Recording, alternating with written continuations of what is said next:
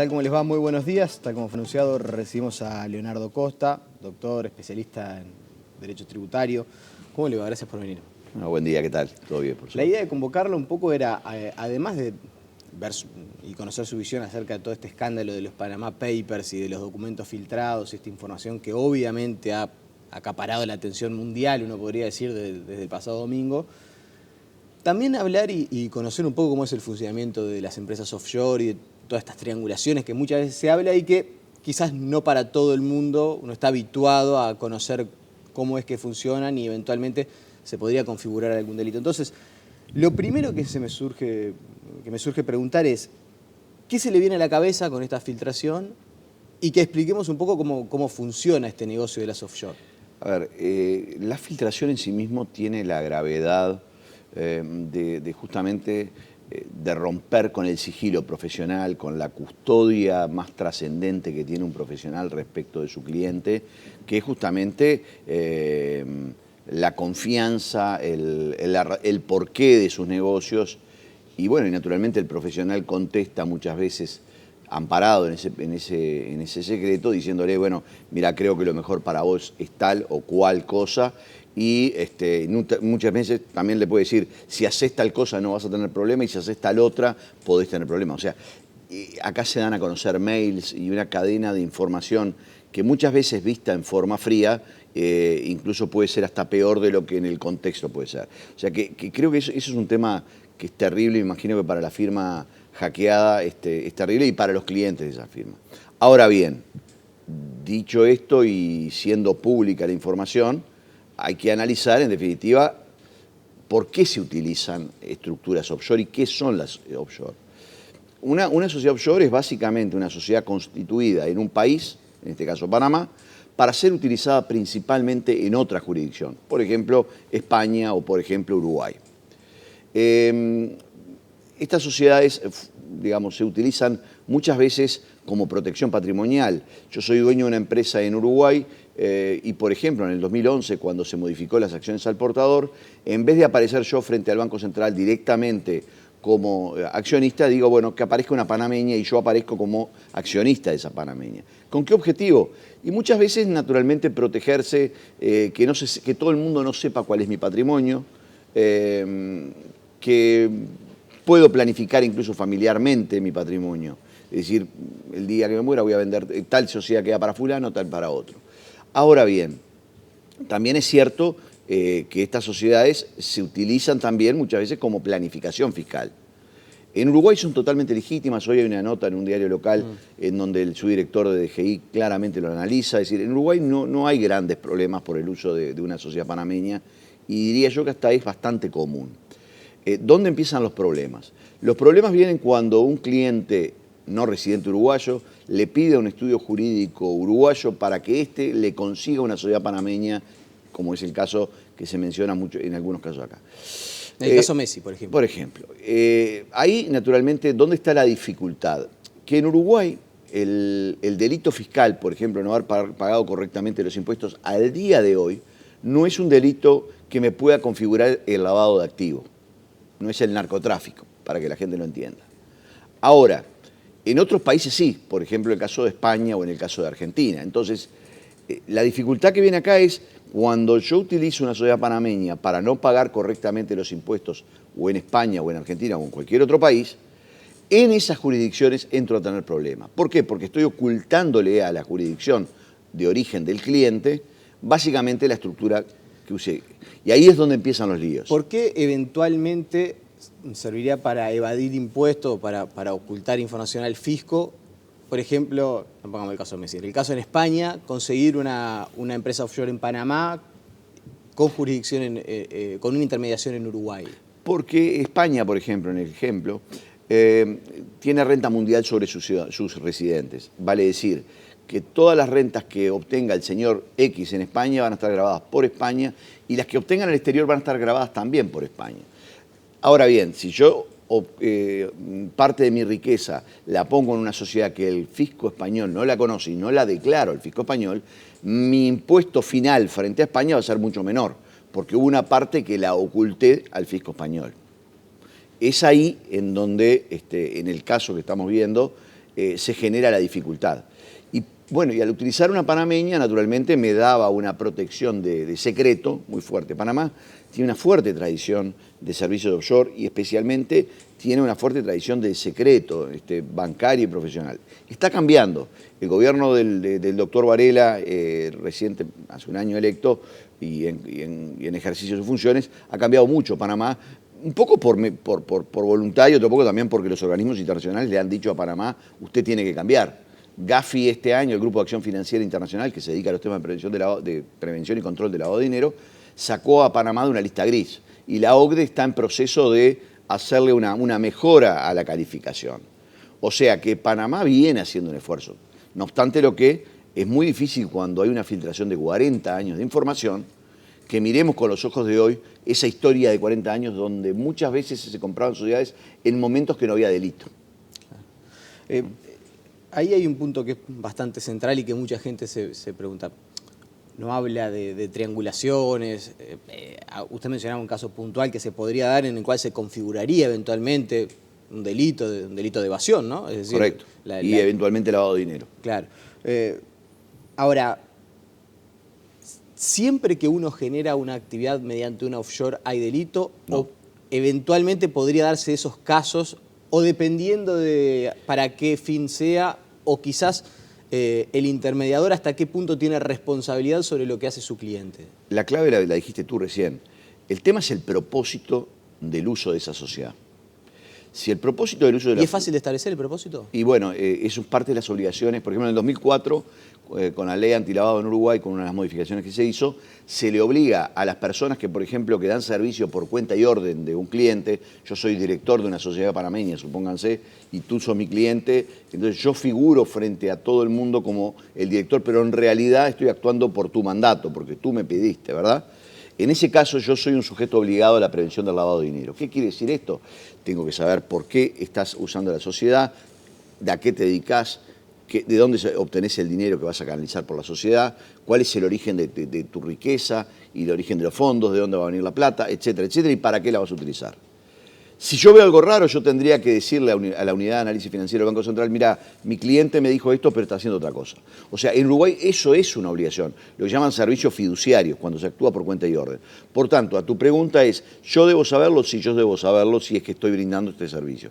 Si simplemente te asesoré, mira, lo mejor que te puede servir a ti es una panameña y comprásela al señor Fonseca, bueno, ahí no, mi responsabilidad cae. Ahora bien, para Panamá, y recientemente las leyes antilavado en Panamá, le han exigido a estas organizaciones, sepa quién es su cliente, diga el propósito de la relación, chequee que este individuo no tiene ningún problema.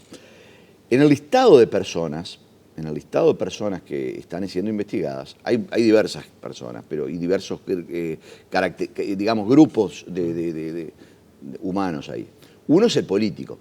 Los políticos, cuando digo yo, por ejemplo, Putin o cualquier otro de los que están en la lista, son lo que se llaman personas políticamente expuestas. En la jerga de la prevención del lavado de dinero quiere decir que ese individuo tiene que demostrarme muy bien que la sociedad que está comprando la hizo con dineros que no provienen de su actividad pública, porque de lo contrario podría... Por ejemplo, supónganse que hay un individuo que tiene una fortuna personal y después se dedica a la política, un Macri, digamos, ¿no? Para el ejemplo. Sí. Bueno, él naturalmente puede explicar, esto que yo estoy usando de esta sociedad proviene de riquezas que yo la obtuve por mi profesión, por mi herencia o por lo que fuera. Ahora, ¿dónde está lo que yo tengo que chequear muy bien? Que el fondo ese no provenga de otras actividades no declaradas. ¿Por qué? Porque puede haber dinero de corrupción. Entonces, la corrupción, el narcotráfico, la evasión fiscal en forma creciente, la estafa y otros delitos se han convertido en el eje de la prevención.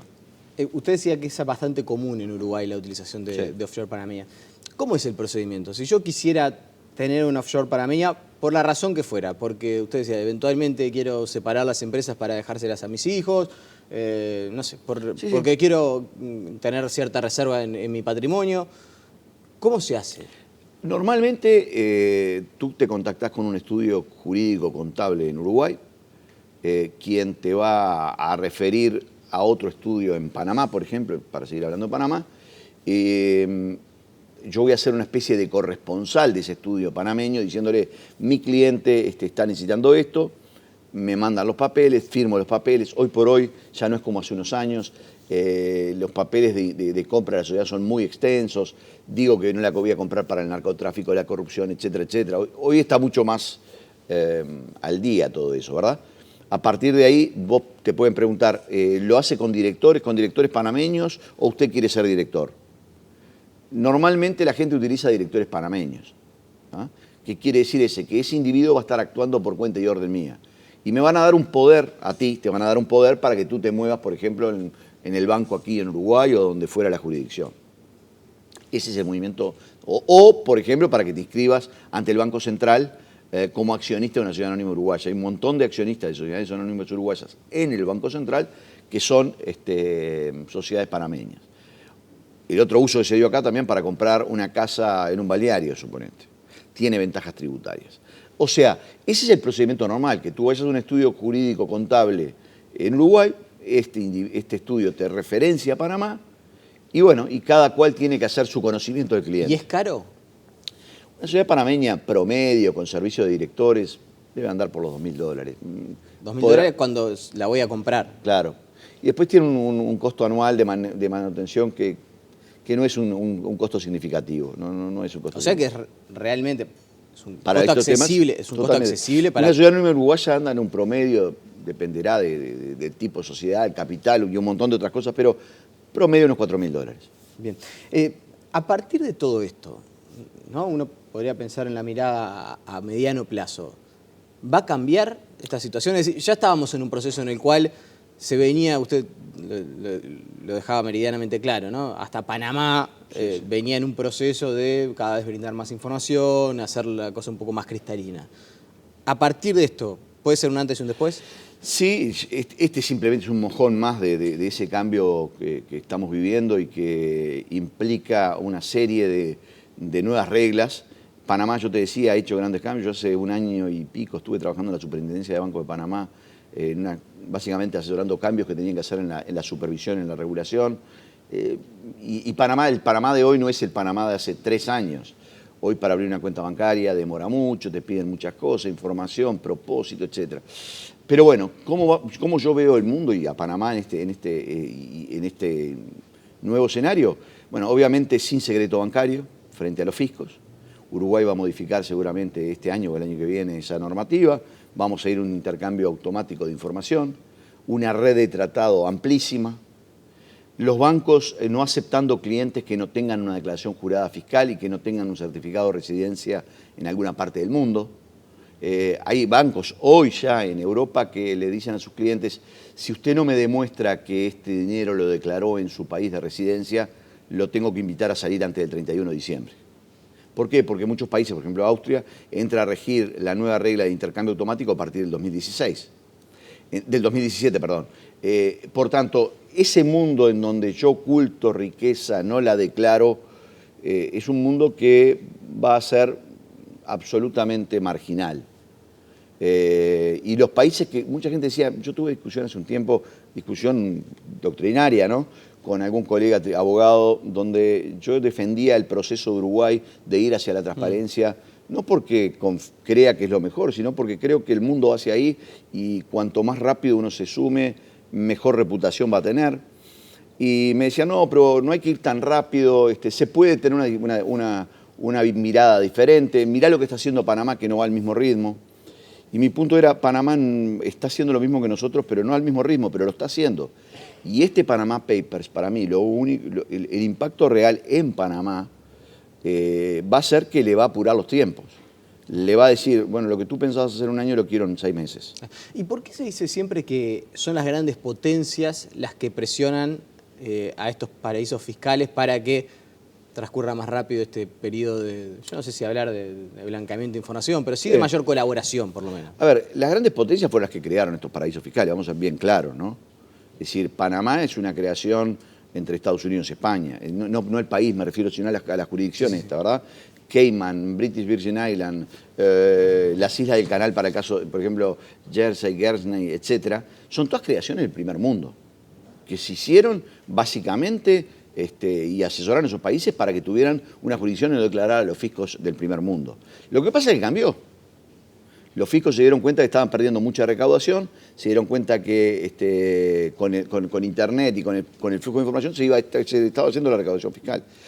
También no hay que olvidarse que uno de los principales paraísos fiscales es Estados Unidos, en donde a los no residentes no le cobra impuestos y donde abrir una sociedad americana en Delaware o en Nevada es cuestión de minutos. Y o sea que uno de los mayores paraísos fiscales para ustedes es Estados Unidos. Sin duda, no hay duda. Es decir, es muy fácil comprar una sociedad panameña. ¿Y por qué no se menciona tanto a Estados Unidos en este Bueno, porque esto me hace acordar de aquel libro de Orwell, cuando hablaba de la granja. Hay algunos que somos más iguales que otros. Hay cuestiones de poder, de estrategia, de quién dicta las reglas. Estados Unidos, por ejemplo, no está entrando en el intercambio automático de información. Está haciendo su propia regla y Europa le está diciendo a todo el mundo, intercambiemos fluidamente la información bancaria. ¿Y esto por qué? Y bueno, porque hay algunos países que tienen más capacidad, más poder, etc. Es decir, y eso es real, es un dato real. Uno puede rasgarse las vestiduras. Y bueno, sí, podrá rasgarse las vestiduras, pero el mundo es así. El mundo es así. Entonces, yo no quiero minimizar el trabajo periodístico porque hay un muy buen trabajo periodístico de un grupo de colegas tuyos en el mundo que han desentrañado la información. Lo que sí también no hay que ser inocente es que esta filtración tiene un propósito político. ¿Qué puede haber detrás de esto? Y bueno, obviamente yo no voy a defender al señor Mossack Fonseca porque no corresponde a los señores. ¿Los conoce? No, no los conozco. Pero sí, al estudio lo conozco perfectamente. ¿Era conocido, por ejemplo, acá en Uruguay? Sí, sí. Tiene una oficial y yo he trabajado con ellos. O sea, no ¿Tiene una oficina acá en Uruguay? Sí, gente tiene mucha tradición, gente muy seria, digo, en cuanto a la forma de trabajar, naturalmente. Lo que te quería decir es, yo no voy a defender eso, pero la realidad es que hay muchas jurisdicciones que hacen esto. Estados Unidos es una de ellas. Nevada, el estado de Nevada tiene sociedades que son hasta más flexibles que las propias panameñas. Pero bueno, la realidad es que Panamá hasta hace unos años las reglas eran otras que no las que rigen hoy, es decir, se preguntaba menos. Entonces, yo creo que en el mundo sí se le dijo a Panamá, ya se le había dicho el año pasado y ahora con esto seguramente mucho más, quiero más rapidez, quiero que se termine este mundo en el cual tú no informás quiénes son los clientes de tus clientes. La última, ¿les sorprendió que Uruguay apareciera en la lista de los 10 países con mayor intermediación? No, para nada. Para nada, y te explico por qué. Uruguay es un gran proveedor de este tipo de servicios. Hace unos años había aparecido que sociedades que se manejaban desde Uruguay o sociedades uruguayas eran inversoras en España. ¿Y eso por qué es? ¿Porque hubiera uruguayos invirtiendo en España? No, porque hay españoles que utilizan las estructuras jurídicas uruguayas en España. O sea, Uruguay es un gran proveedor de estos servicios de buena calidad. O sea, que a mí no me impresiona que esto sea así. Ahora, también hay que relativizar una parte de la información. Es respecto de Mossack Fonseca. No sé si respecto de otros si tiene ese número. Claro. ¿Por qué? Como esta firma tiene una firma en Uruguay, es razonable... Sí, que si tiene una sucursal aquí en Uruguay... Por supuesto, que vendiera mejor los servicios que la vende la firma X2 de Panamá. O sea, que hay que también que relativizar ese número en relación a estos papeles hoy mostrados públicamente, ¿no? Leonardo Costa, le agradecemos. No, gracias a ti por la invitación. Daba para hablar, pero un rato largo más sobre este asunto que resulta bien interesante, así que volveremos a conversar. Con mucho gusto. De esto vamos a hablar largo y tendido. Pues va a haber para un de tiempo aquí esto. Y para adelante. La pausa y seguimos con más noticias.